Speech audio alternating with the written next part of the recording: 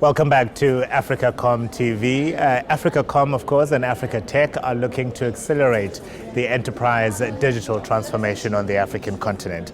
And we're going to talk now to Bertrand Fallon-Kund, who's a partner at Bain and Company. Lovely to have you at AfricaCom. Thank you, Africa. How do mobile network operators unlock, I suppose, potential and value in the SSA market? Yeah, that's a great question, which is probably the archetype of this whole AfriCom conference here. And it must be said, the mobile network operators had a tremendous ride over the past decade on the back of, for sure, population growth, but investments in network, cheaper devices, and then the whole digital boom we experience not only in this continent, but across the globe. However, in our view, it might be challenging to continue on that great momentum, right, going forward.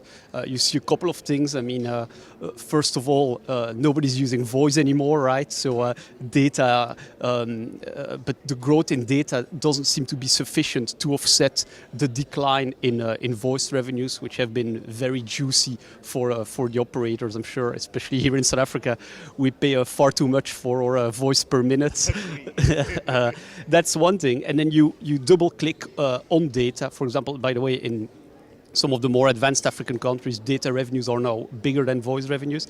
Then you double click on data, where the price per byte still high and very different across the continent, but it's not going. The decline in price per byte is not offset by the explosion in bytes in terms of usage. So I think it's challenging times ahead for the mobile operators if they don't want to get on that quote-unquote doom loop, which operators faced in more mature markets. So it's very important. They take advantage of this opportunity and don't get trapped in that potential doom loop. What is your appreciation of what the customer needs? Are they looking for better price-sensitive product and service from the mobile network operators, or are they more concerned about the quality of the actual product that they're using? Yeah, I think it's a great question, and I think it's hard to give you one answer on that. I think, first of all, it's very different country by country, but also socio-demo by socio-demo. It will be very different for most of the people here than somebody in a rural village. And a second element, it's also very different over time. So we did a piece of research a couple of years ago. It was all about price. You see it now slowly shifting, if I think on an aggregated level, around network quality. And again, just to cite you a few numbers, even just this morning, all the mobile operators, senior execs talk about how great their coverage is. But the reality, when you look at independent tests, but even more so what the customer says himself, they don't have great coverage. And it's not just in rural areas, but it's in peri-urban areas. A lot of tests in greater Lagos, for example, or in other mega cities show it's not great. How many small towns or villages in South Africa where I'm sure you know a lot of people, they have 2 or 3 SIM cards, because at one side of the village, it's the yellow one works, on the other one is the red one who works. So you can have all the talk and slideware, but ultimately, I think after price, now coverage, both coverage and the quality of the network are becoming increasingly important.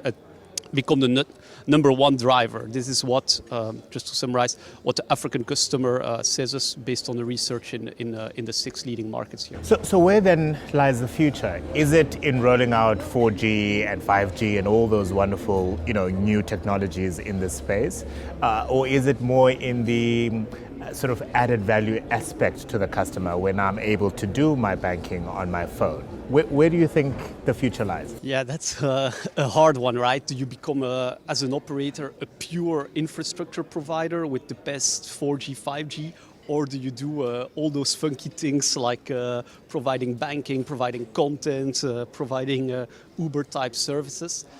I think the jury is probably still out. And there are, at the moment, very few examples of successful operators who are successful at the latter one. Kenya, of course, is one of the examples where it stands out. And now increasingly mobile operators are very successful in West Africa on the payment side.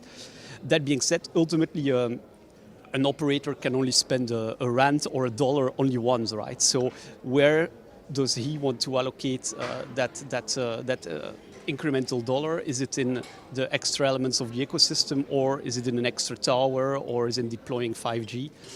And again, the answer will be different market by market, but ultimately you cannot do all the funky stuff on payments and content if you just don't have the very basic network infrastructure in place coupled to affordable devices for most of the people.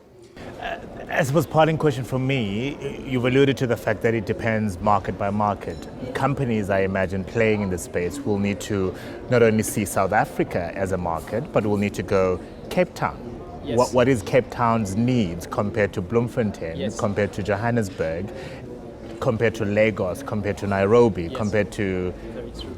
And almost look for specific solutions for the market in that space. Yes, totally so. And this will have implications in terms of coverage, but also in terms of distribution model. Your distribution model, where you buy your SIM cards, where you do your customer service, will be totally different, mega city by mega city, or let's say more medium-sized towns versus rural areas. Why is it important for Bain & Company to be at AfricaCom 2019? I think, first of all, we are here at the forefront of Africa communications. You see all the leading players in the tech and telco ecosystem here. And even as consultants, we always think we have the truth in mind, but actually you realize how little you know. I was just down there in the exhibition hall, and it's just amazing. All the tech players, and both from infrastructure, satellites, platform ecosystems, which are here. And just one more personal thought. I mean, as you can all hear, I'm not from South Africa. I'm from Europe originally, but I think Africa shouldn't be shy. The level of innovation here, the level of energy and enthusiasm on how communication can unlock growth for this continent is just phenomenal. So I'm also personally very happy to be here. Well, I hope you continue to be inspired at AfricaCom 2019. Thank you very much to Bertrand Fallon-Kund, who's the partner rather at Bain & Company. I just gave him a promotion there, which he probably more that deserves. Thank you very much.